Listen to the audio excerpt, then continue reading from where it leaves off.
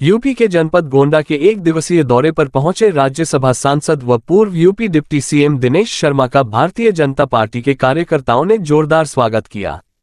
तो वहीं राज्यसभा सांसद डॉक्टर दिनेश शर्मा ने गोंडा भाजपा कार्यालय पर आगामी लोकसभा चुनाव को लेकर के भारतीय जनता पार्टी के कार्यकर्ताओं के साथ बैठक कर रणनीति बनाई और केंद्र सरकार द्वारा पेश किए गए अंतिम बजट के बारे में जानकारी देकर जन जन तक पहुंचाने का आह्वान किया।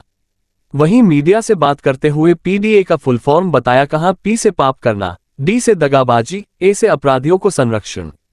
उत्तर प्रदेश में शीतलहर से बड़ी मोदी लहर और रामराज्य की लहर है और ये रामराज्य की लहर पूरे भारत में फैल चुकी है।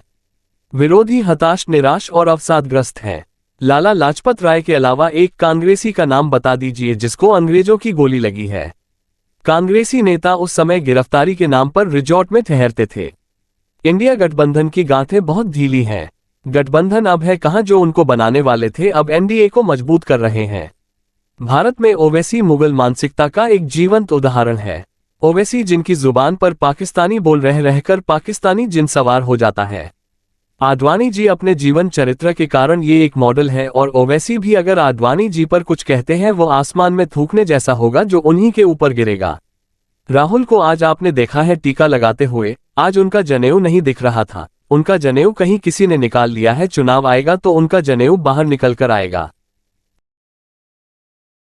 हम पीडीए नहीं करते कि जो पीड़ित संघ लोगों ने पीड़ित किया ना, पा से पीड़ित किया, दा से जो है दगेबाजी करी और पता था ए से अपराधियों को संरक्षण दिया। ये दगाबाजी, ये जो है पीड़ित करना, पाप करना और अपराधियों संजय, उस प्रकार का जो पीडीए था वो अब भारतीय जनता पार्टी सरकार बनने के बाद नहीं है। अब तो सब रामराज्य की स्थापना की तरफ आगे बढ़ रहे हैं। जात केवल 4 बची है, किसान, महिला, युवा और गरीबी। इन 4 जातियों का उन्नयन करना है। कहेंगे कि उत्तर प्रदेश में शीतलहर है, तो मैं कहूंगा उत्तर प्रदेश में शीतलहर से बड़ी मोदी लहर है, राम लहर है, राम राज्य की लहर है। और ये राम राज्य की लहर पूरे भारतवर्ष में फैल चुकी है। विरोधी हताश, निराश, अवसादग्रस्त हैं और इसके कारण से वो फिर से अपने पुराना हथियार निकाल लेंगे।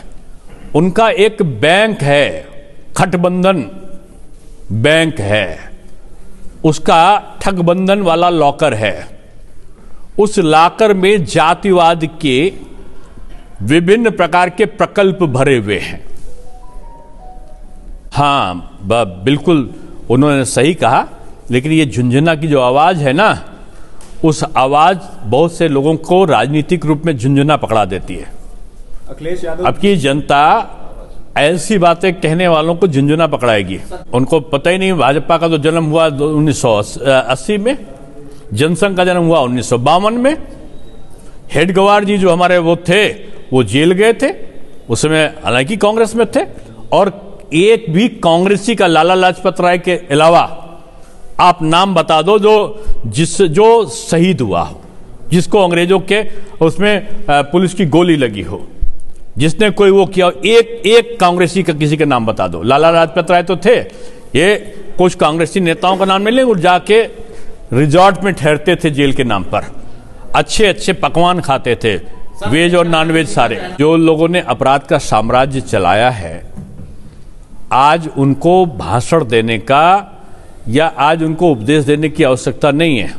बीजेपी शासन में गुंडा या तो जेल में है या उत्तर प्रदेश से बाहर है या ऐसी जगह जहां से लौट नहीं सकता। नहीं, ठीक है, अपने पूर्वजों की गलती के लिए भी ईश्वर को अपने जो की गई गलती है उसके लिए भी माफी मांगना चाहिए और उनको इस बात का पश्चाताप जरूर कान पकड़ के करना चाहिए कि श्री राम जन्मभूमि का, श्री राम का अस्तित्व नहीं है, राम सेतु बंधु राम मिश्रम है नहीं, राम जन्म का कोई प्रमाण नहीं है।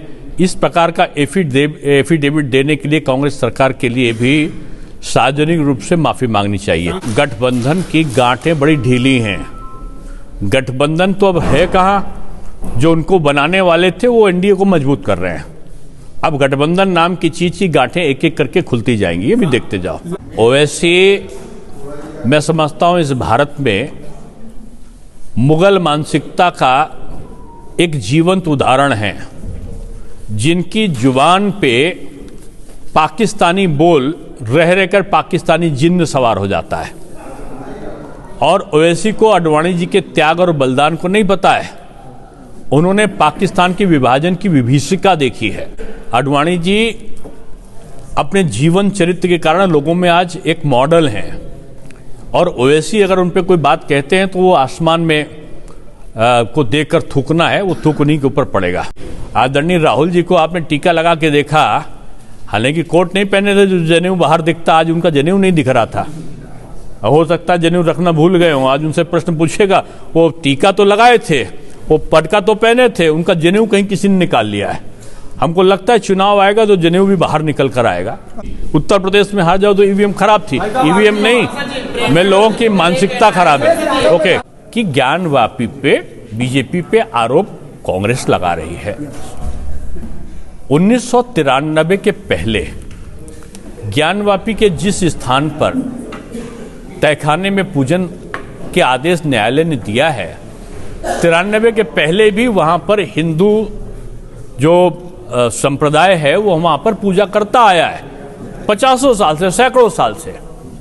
93 में समाजवादी पार्टी की सरकार बनी और उन्होंने उस जगह पे पूजा करने पे प्रतिबंध लगा दिया।